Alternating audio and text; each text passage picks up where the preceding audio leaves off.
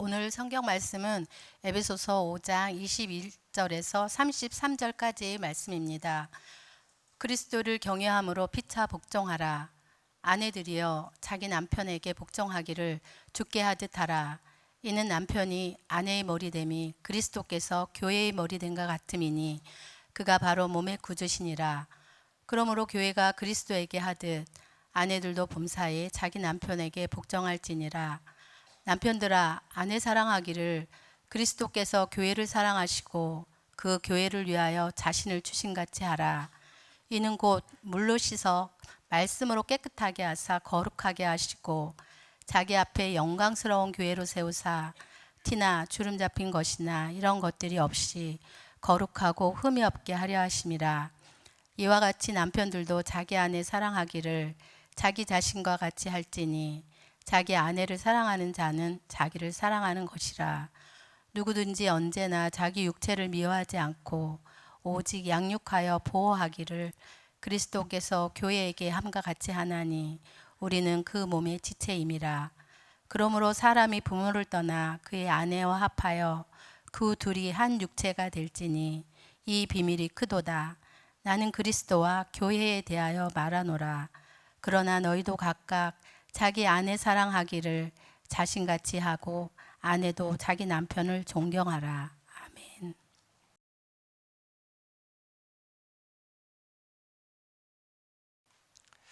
추석 연휴 가족들과 즐겁게 잘 보내셨나요? 우리 지난 주일은 추석 연휴 기간으로 온라인이 아니죠. 온 가족 예배로 드렸어요. 그래서 에베소서의 순서를 좀 바꿔서 아이들이 함께 들을 수 있는 자녀 양육에 대한 말씀을 살펴보았습니다. 자녀 양육에 대한 말씀도 아이들이 같이 듣는 게 어떨까 약간 고민스러웠는데 내가 낳았다고 내 자녀 아니라 하나님의 자녀라고 했습니다. 그래서 노엽게 하지 않아야 합니다. 인격적으로 존중해 주어야 한다는 말씀을 드렸고요. 주의 교훈과 훈계로 양육해야 합니다. 세상 기준 아니라 내 기준 아니라 하나님의 말씀의 기준으로 양육해야 합니다. 그런데 말로만 가르치지 말고 부모가 먼저 그 말씀에 순종하고 살아내어야 한다라는 말씀 드렸습니다. 그럼 바울이 에베소 교회 성도들에게 성령 충만하라고 권면했습니다. 술 취하지 말고 성령 취하라, 성령에 충만해라 말했습니다. 그리고 바로 그리스도인이 사람들과의 관계를 어떻게 해야 하는지에 대해서 말씀합니다. 왜 이렇게 해야 하는지 지난 주일에도 이미 말씀을 드렸습니다. 성령 충만한 사람의 특징이 4가지였습니다. 성령 충만한 사람은 첫 번째, 예배와 감사로 하나님께 영광을 올려드립니다. 성령 충만한 사람은 교제와 피차 복종함으로 공동체의 사귐이 깊어집니다.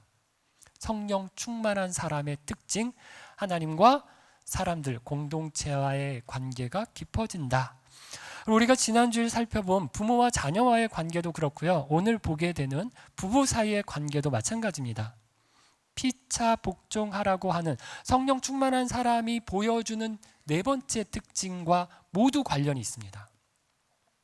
그러니까 대원칙은 대인관계, 사람들과의 관계에서 대원칙은 피차 복종하는 겁니다. 피차 복종함으로 어떻게 부부 사이를 대할지, 어떻게 자녀와 부모 사이를 대할지, 어떻게 사회에서 사람들을 대할지, 오늘 에베소서가 말씀하고 있는 거죠. 그런데 여러 대인관계를 다루는 단락을 시작하면서 바울이 가장 먼저 말하는 관계는 부부 관계입니다. 왜 부부 사이를 가장 먼저 말할까요? 제일 중요하기 때문입니다. 어떤 관계보다 부부 관계가 가장 긴밀하고 가깝고 중요한 관계이기 때문입니다. 가장 기초가 되고 기본이 되는 관계입니다. 그래서 부부 관계가 깨졌습니다. 부부 사이가 좋지 않습니다. 그러면 다른 관계를 잘하는 것이 쉽지 않습니다. 부부 싸움을 하고 나왔습니다. 다른 사람들과 관계를 잘 하루 종일 맺기가 쉽지 않습니다. 부부 관계가 힘든 사람이 부모와의 관계, 자녀와의 관계, 세상과 사회에서 만나는 사람들과의 관계를 잘 하는 것은 거의 불가능에 가깝습니다. 그런데 오늘날 보면 남자와 여자의 관계가 좋지 않습니다. 아니, 좋지 않은 정도가 아니라 서로 혐오하는 사람들이 늘고 있습니다. 그럼 이건 세상과 사회만 그런 것이 아니라, 그래서 막 남자가 여자를, 여자가 남자를 혐오하고 혐오 범죄까지 일어나는 것은 세상과 사회만 아니라 교회 안에서도 마찬가지입니다. 오늘날 오늘 우리가 살펴보는 이 본문의 말씀을 두고서도 남자와 여자가 서로 논쟁하고 싸웁니다. 여러분, 이 본문을 읽고 이거 누구에게 더 유리한 말씀이야? 라는 생각이 드셨습니까? 이거 나한테 더 좋은 말씀이네? 남편입니까? 아내입니까? 서로 자기에게 유리하게 이 말씀을 가지고 논쟁합니다. 남편의 아내를 향해서, 봐라, 아내는 남편에게 복종하라고 하지 않느냐? 왜 남편 말을 안 듣느냐? 어디서 또박또박 말대꾸를 하느냐? 이렇게 남편은 아내를 공격하기 위해서 이 말씀을 가져다 씁니다. 아내는 남편을 향해서, 봐라, 예수님이 교회를 위해서 죽으신 것처럼 남편은 아내를 위해서 죽으라고 하는데 당신은 왜 안 죽냐? 반격을 합니다. 여러분, 이런 다툼은 에베소서만 가지고 하는 게 아닙니다. 성경 창세기를 가지고 남자와 여자를 만드신 것을 두고서도 싸웁니다. 남자들의 주장은 이렇습니다. 여자는 남자를 돕기 위해서 만들어졌다는 것입니다. 하나님께서 아담을 지으시고 돕는 배필이 없으므로 돕는 배필을 주셨다고 합니다. 그러니까 여자는 처음에는 그에게 없었던 거다. 남자만 염두에 두셨는데 남자가 혼자 있는 것이 안 됐으니까 나중에 애프터 서비스 차원에서 남자에게 여자를 주신 거다. 그러니 여자는 남자를 돕는 보조자이지 메인, 주인공은 남자다. 이렇게 주장합니다. 반면에 여자들의 주장은 이렇습니다. 하나님께서는 엿새 동안 천지를 창조하셨어요. 그런데 어떤 계획과 목적을 가지고 만드셨다는 겁니다. 창조하신 순서를 봐도 빛과 어둠을 나누시고 하늘과 땅을 나누시고 그리고 해와 달과 별을 만드시고 나중에 식물이 자라게 하셨습니다. 그리고 동물을 만드시고 마지막에 사람을 만드셨습니다. 그런데 순서를 살펴보면 뭘 알 수 있는가 하면 뭘 알 수 있을까요? 먼저 만든 것은 그 다음에 만들어질 것을 위한 준비라는 것입니다.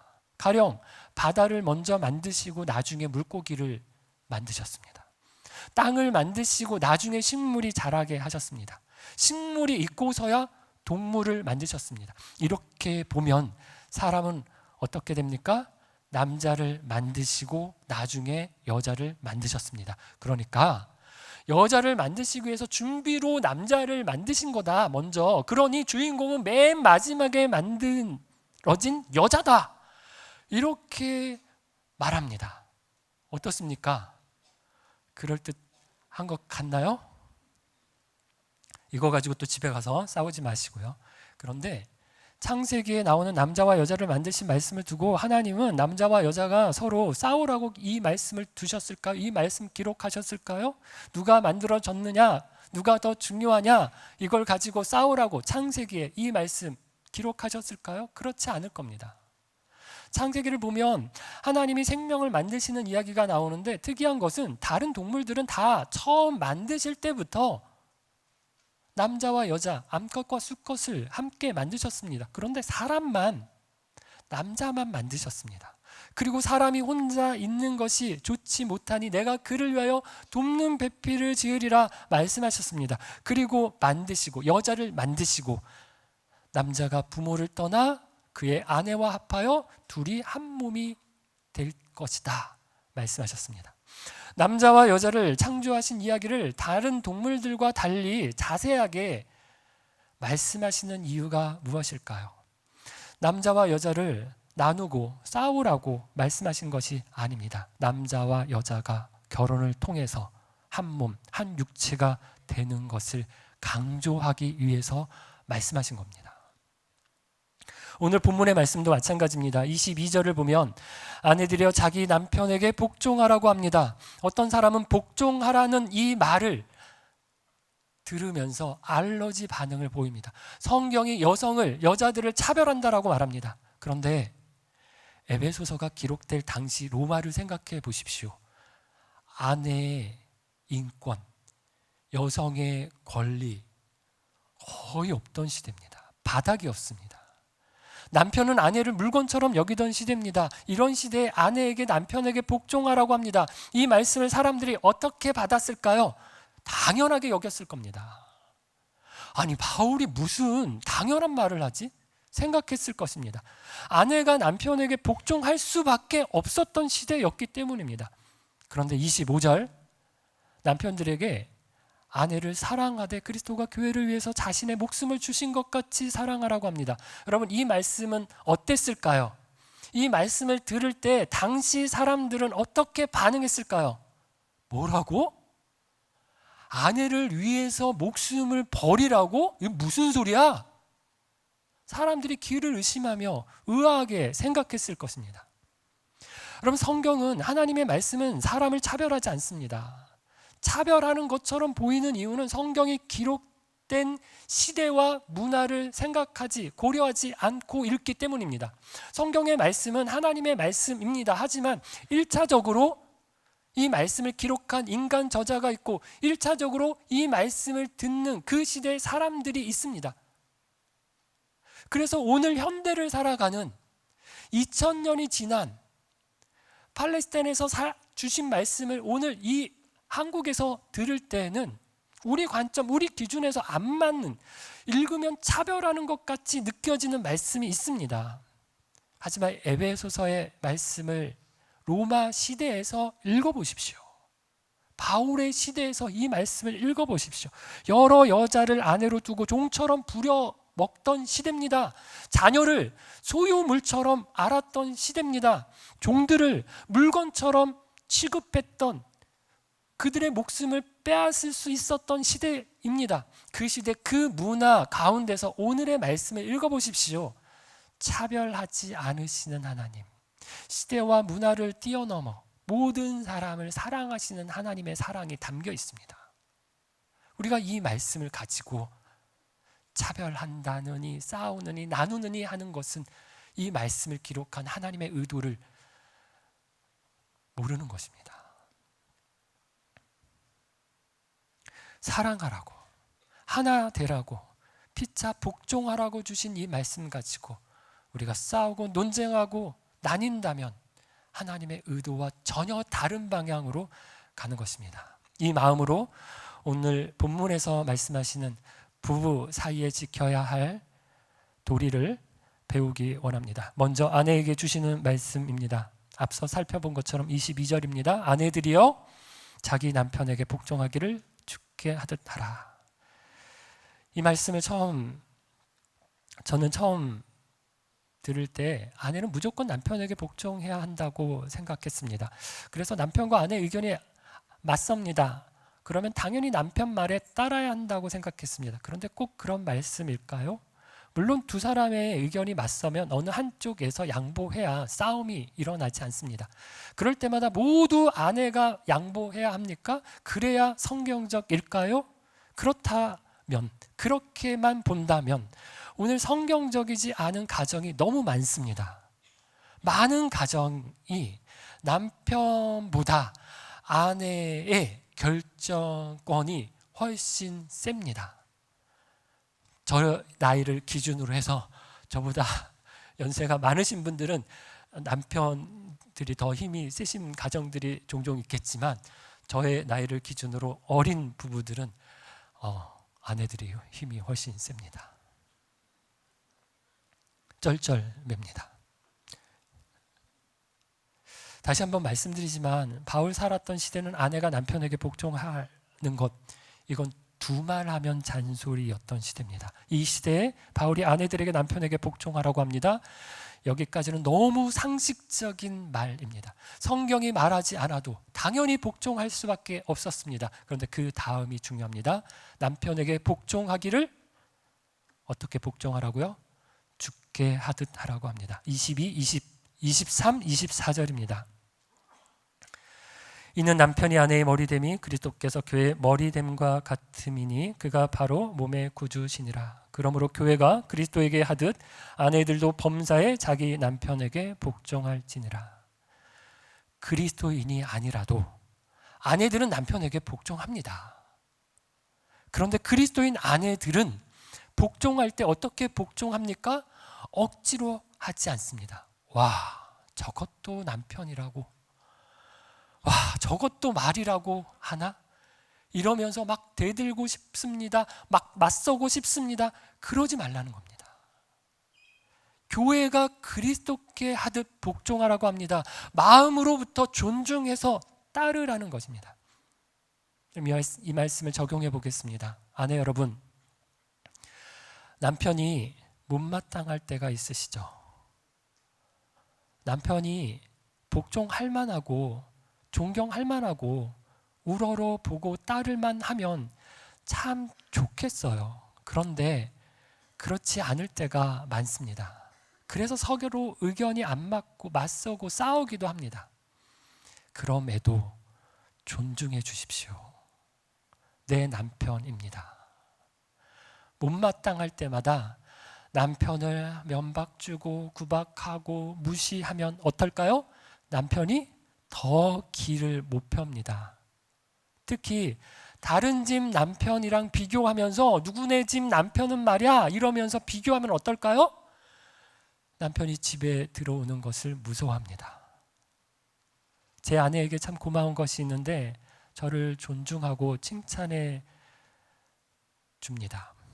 다른 사람들 앞에서도 그렇지만 특히 저의 아이들 앞에서 저를 존중해 주는데, 아이들에게 제가 서운한 게 한 것이 있어서 아이들이 저를 이렇게 좀 못마땅하게 여기면 아내가 나서서 야, 아빠가 이래서 이랬던 거야, 제 입장에서 저를 보호해 주고 변호해 줍니다. 그러면 제가 얼마나 고맙고 미안한 마음이 드는지 모릅니다. 또 아내가 아이들이 어렸을 때마다 자주 얘기하던 것이 있습니다. 엄마는 아빠를 이 세상에서 제일 사랑해. 그 다음에 민지, 민주, 민중이야. 이렇게 자주 얘기를 해 주었어요. 아이들이 실망할 것 같은데 그렇지 않습니다. 부부 관계가 깨지기 직전에 아내들이, 여자들이 자주 하는 말이 있습니다. 아유, 내가 애들이 불쌍해서 산다. 애만 없으면 확 도장 찍었다. 이런 말을 많이 합니다. 여러분, 요즘은 가정마다 아이들이 중심이 되어서 부부 관계보다 자녀 관계를 더 중요하게 생각합니다. 뭐든지 아이들 중심으로 돌아가는데 성경적이지 않습니다. 정말 아이들을 위하는 부부는 부부끼리, 자기들끼리 좋아야 합니다. 아빠, 엄마가 서로 사랑하는 겁니다. 아빠, 엄마가 싸우면 아이들이 극도로 긴장을 합니다. 저도 어렸을 적에 부모님이 싸우시면 화장실이 가고 싶어도 방에서 못 나오고 마음을 졸였던 기억이 있습니다. 아이들을 위하는 게 다른 게 아닙니다. 뭐 사달라는 거 다 사주는 거, 뭐 좋은 과일 시켜주는 거, 그것보다 부모가 아이들에게 해줄 수 있는 가장 좋은 선물, 부부가 화목한 것입니다. 사랑하는 것입니다. 좋은 관계를 보여주는 것입니다. 그럴 때 아이들이 건강하게 자랍니다. 두 번째, 남편에게 하는 말씀입니다. 25절입니다. 남편들아, 아내 사랑하기를 그리스도께서 교회를 사랑하시고 그 교회를 위하여 자신을 주심같이 하라. 바울시대 여자는 남자에 비해 열등한 종족이라고 여겨졌던 시대입니다. 남편은 아내에게 아무렇게나 말하고 아무렇게나 대해도 괜찮은 시대였습니다. 그런 사회, 그런 문화 가운데 성경은 남편들에게 아내를 어떻게 대하라 합니까? 사랑하라고 합니다. 사랑하는데 어떻게 사랑하라고 합니까? 그리스도께서 교회를 사랑하시고 그 교회를 위하여 자기 생명을, 목숨을 주신 것 같이 사랑하라고 하십니다. 여러분, 그리스도께서 교회를 위하여 자신을 주셨다는 것은 십자가에 달려 고난을 받으시고 죽으신 것을 말씀하는 것입니다. 아내를 사랑하는데 어떻게 하라고 합니까? 자기 목숨을 생명을 바쳐서 사랑하라고 하십니다. 그럼 이것은 창세기의 말씀과도 잘 어울립니다. 아담은 하와를 처음 보고 이렇게 노래했습니다. 이는 내 뼈 중에 뼈요 내 살 중에 살이라 했습니다. 성경에 나오는 인류가 부른 가장 첫 번째 노래는 사랑 노래였습니다. 아담이 직접 작사하고 작곡하고 직접 부른 노래였습니다. 이는 내 뼈 중에 뼈요 내 살 중에 살이라 노래했습니다. 너는 내 뼈고 너는 내 살이야. 무슨 말입니까? 너는 나야. 너와 나는 하나야. 한 몸이야. 고백한 것입니다. 28절입니다. 이와 같이 남편들도 자기 아내 사랑하기를 자기 자신과 같이 할지니 자기 아내를 사랑하는 자는 자기를 사랑하는 것이라. 자기 몸을 사랑하지 않는 사람 있을까요? 조금만 아프고 조금만 힘들어도 아예 죽겠다 말합니다. 남편은 아내를 보면서 자기 몸처럼 하라는 것입니다. 내 몸이라고, 저거 나라고, 너 나야 생각하라는 것입니다. 그래서 아내가 어디 아프다라고 하잖아요. 그러면 자기가 아픈 것처럼 생각하십시오. 저는 이게 잘 안 됩니다. 저는 완전한 T라서 아내가 어디 아프다고 하면 생각을 합니다.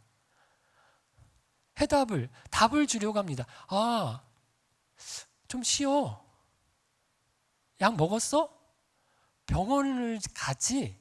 이렇게 말할 때가 많습니다. 그런데 이런 이야기가 아내에게 좋을까요? 아내가 기대하는 건 뭘까요? 공감해 주는 겁니다. 어떤 분이 이렇게 공감해 주라고 하더라고요. 다시 돌려주라고 합니다.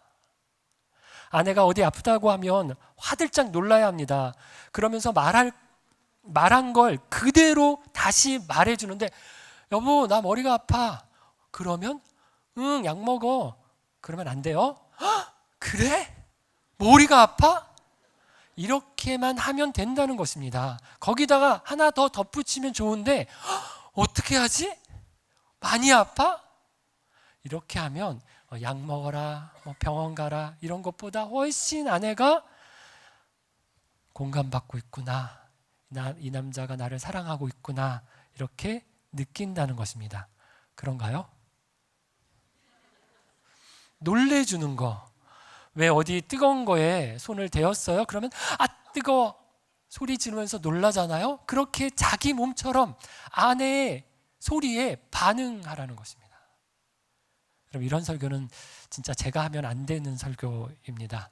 제가 이거 너무 못하고 맨날 이렇게 아내에게 구박받고 있는 얘기라서 이렇게 저희 아이들이 듣고 아내가 들으면 아이고 너나 잘해라 라고 얘기할 게 뻔한 설교를 합니다. 저도 노력하겠습니다. 여기 계신 남편분들 잘 하시면 좋겠습니다. 다른 건 몰라도 그냥 내 몸이구나 생각하시기를 바랍니다. 또 사랑을 표현하는 것이 여럿 있겠지만 중요한 건 시간을 같이 보내는 것입니다. 한 몸이니까, 내 몸이니까 오래 떨어져 있으면 안 됩니다. 모스크바에 있을 때 교인들 중에 오래 떨어져 있는 분들이 있었습니다. 한국과 러시아에 떨어져 있는 부부가 있었는데 아무리 화상 통화를 자주 해도 물리적으로 몸이 떨어져 있으면 마음이 멀어지는 것 같더라고요. 쉽지 않겠지만 같이 하는 시간을 많이 가지려고 노력하시기를 바랍니다. 운동을 같이 한다든지 같이 영화를 본다든지 같이 시간을 많이 보내세요. 예전에는 드라마를 거실에 앉아서 같이 봐야 됐는데 요즘은 드라마를 봐도 다 어떻게 해요? 각자 봐요. 별로인 것 같아요. 여러분 이것저것 어려우면 교회에 열심히 참여하기만 해도 부부가 같이 하는 시간이 꽤 많아집니다. 주일 예배 같이 드리면 오고 가는 시간 같이 있죠. 옆에 앉아서 예배 드리죠. 봉사 같이 하시는 분들은 또 같이 봉사하죠. 목장도 같이 참석하면 아내 생각, 남편 생각 많이 들을 수 있어서 좋습니다. 아, 내 남편 요즘 이런 생각을 하면서 사는구나. 아, 아내에게 이런 어려움이 있구나, 고민이 있구나. 부부가 같이 살아도 둘이서 앉아서 마주보고 야, 오늘 우리 3 나누자. 여기 앉아봐. 뭐 이렇게 말하기가 어렵거든요. 목장에서 하는 것처럼 깊은 이야기, 신앙적인 이야기를 하기가 쉽지 않습니다. 함께 목장 모임에 참석만 해도 훨씬 가까워질 수 있습니다. 세 번째는 남편과 아내 모두에게 주시는 말씀입니다. 32, 33절입니다. 이 비밀이 크도다. 나는 그리스도와 교회에 대하여 말하노라. 그러나 너희도 각각 자기의 아내 사랑하기를 자신같이 하고 남편도 자기 남편을 존경하라. 바울은 남편과 아내에 대해 말하면서 가장 좋은 본이 예가 떠올랐습니다. 바로 그리스도와 교회입니다. 바울은 이미 에베소서 앞부분에서 그리스도와 교회에 대해서 말씀을 했습니다. 몸의 지체인 교회가 머리 대신 그리스도에게 복종해야 한다라고 말씀했고, 머리이신 그리스도가 몸인 교회를 위해서 십자가에서 자기 자신의 피를 흘려서 우리를, 교회를 사셨다고 했습니다. 그리스도와 교회가 바로 남편과 아내의 관계가 같다고 생각했습니다. 그래서 그리스도와 교회를 들어서 남편과 아내에 대해서 말한 것입니다. 여러분, 세상은 자기 이익만을 쫓아서 살아갑니다. 결혼도 자기에게 유리하기 때문에 결혼합니다. 결혼해야 안정이 좀 되지. 이 남자랑 결혼하고 이 여자랑 결혼하면 행복할 거야. 결혼하는 동기가 자기 행복입니다. 자기 중심입니다. 그래서 이혼도 쉽게 합니다. 결혼이 더 이상 자기에게 유리하지 않다고 생각하면, 결혼이 더 이상 이 사람이 나한테 이익이 되지 않는다고 생각하면, 더 이상 결혼이 행복하지 않다고 생각하면 이혼하는 것입니다. 결혼 생활은 전쟁터가 아닙니다. 안식과 쉼을 누리는 에덴 동산 같은 곳이 되어야 합니다. 그런데 왜 부부가 서로 주장하고 이기려 하고 올라서려고 합니까? 왜 복종하기보다 복종시키려고 합니까? 왜 사랑하기보다 사랑해 달라고만 합니까? 각 결혼한 부부들에게 야, 처음이 중요하니까 너 절대로 처음부터 지면 안 돼. 그럼 완전 지어 사는 거야. 이렇게 싸움시키듯 훈수를 해줍니까? 죄 때문입니다. 죄가 들어온 후로 너는 내 뼈 중에 뼈요 내 살 중에 살이라고 노래했던 그 아담이 하와를 보고 뭐라고 말합니까? 이 여자 때문에 제가 먹었습니다 라고 말합니다. 그토록 사랑하던, 너랑 나랑 하나야 내 몸이야 아끼고 사랑하던 관계가 이 여자 때문에, 이 남자 때문에 서로 앙숙이 되어 싸웁니다. 사람의 사랑, 우리 인간이 결심하는 사랑이 그렇습니다. 다 줄 것처럼 사랑의 맹세를 하다가도 갈라서고 돌아서는 것이 우리들의 사랑입니다. 그러나 성경이 말씀하시는 사랑은 그런 사랑이 아닙니다. 하나님이 우리에게 바라시는 사랑은 우리의 감정, 우리의 의지에서 시작된 사랑이 아닙니다. 그것은 그리스도와 교회에 대한 비밀을 깨달을 때 오는 사랑입니다. 그리스도인 부부의 사랑은 교회를 세우시기 위해서 예수께서, 그리스도께서 십자가에서 보여주신 그 사랑을 깨닫는 데서 시작하는 사랑입니다. 그리스도께서 교회를 위해 자기 생명을 주신 것과 같은 사랑이 남편에게서, 교회가 교회 머리 대신 그리스도에게 복종하는 것 같은 복종이 아내에게서, 그렇게 성령 충만한 부부가 서로 사랑하고 서로 복종할 때 둘이 한 육체가 되는 신비를 경험하게 되는 것입니다. 사랑하는 빛소금 가족 여러분, 그러므로 우리의 신앙이 자라는 것과 그리스도를 사랑하는 그 사랑의 깊이가 깊어지는 것과 부부 간의 관계가 깊어지는 것은 연관이 있습니다. 우리가 그리스도와 교회의 이 비밀과 신비를 깨달아 알아갈수록 더 깊은 부부 관계를 맺을 수 있습니다. 그러므로 부부가 예수 그리스도를 더 사랑하도록 기도하고 노력하십시오. 그럴 때 둘이 한 육체가 될 것입니다. 결혼을 앞둔 우리 자녀들과 청년들도 최상의 결혼 준비는 얼굴 고치고 피부 관리하고 몸매 만들고 좋은 직장에 취업하는 게 아닙니다. 예수님의 사랑을 더 깊이 이해하고 체험하는 것입니다. 그래서 최고의 결혼 준비는 신앙 훈련입니다. 부디 저와 여러분 모두 성령 안에서 서로를 대하시되 가장 가까운 부부 관계에서부터 성령 안에서 피차 복종하고 서로 사랑하셔서 둘이 한 육체가 한 몸이 되는 신비를 경험하는 부부가 되어서 하나님 나라 같은 믿음의 가정 이루시기를 주님의 이름으로 축원합니다. 함께 찬양 드리겠습니다.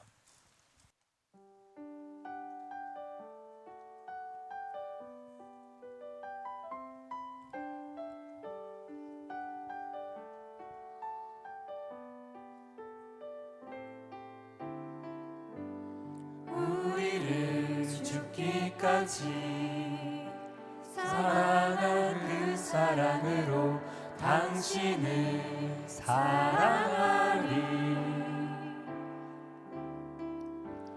약속하신 축복의 말씀 굳게 믿으며 믿음의 가정 세우리.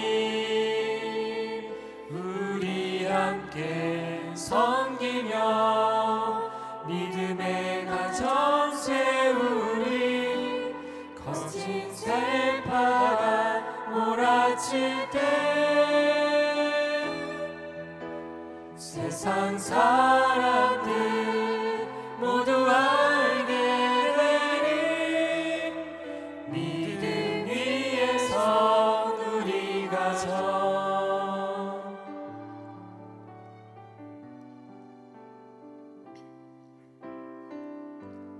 우리의 가정은 생명으로 충만하리.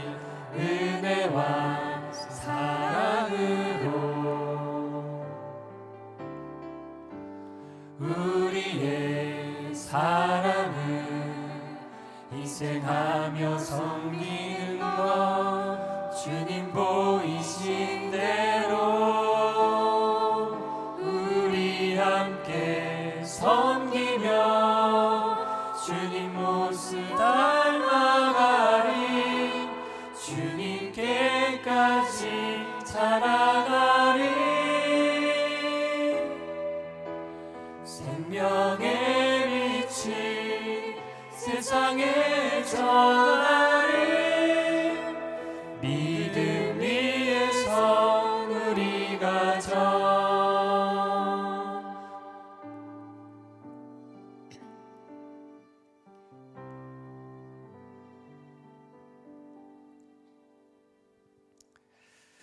성령의 충만함을 부부 사이에 보이라고 하십니다.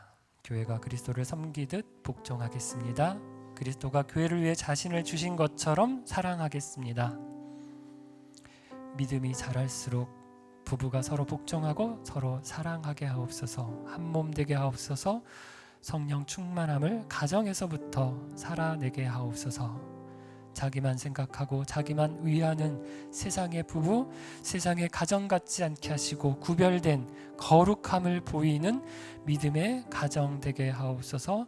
하나님 나라 같은 가정 되게 하셔서 세상에 하나님 영광 드러내게 하옵소서. 이 시간 내 안에 내 남편을 위해서, 우리 가정을 위해서 함께 기도하겠습니다. 하나님 아버지 감사합니다.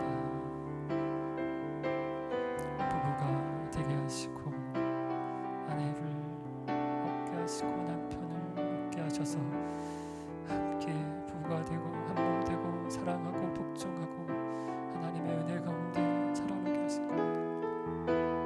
하나님, 우리가 그리스도의 사랑을 더 깊이 알아갈수록 하나님, 우리가 교회가 그리스도에게 어떻게 복종해야 함을 알아갈수록 하나님, 우리 부부 사이가 더 깊어지게 하시고 더 사랑하게 하시고 더 복종하게 하시고 더 한 마음 되게 하시고 더 한 영 되게 하시고 더 한 몸 되게 해 주옵소서. 하나님, 우리의 가정이 회복되게 하여 주옵소서. 믿지 않는 가정 주께 돌아오게 하시고 믿음으로 하나님 앞에 은혜를 입을 수 있게 하시고 하나님 영광 드러내고 나타내는 하나님 가정 되게 하소서. 하나님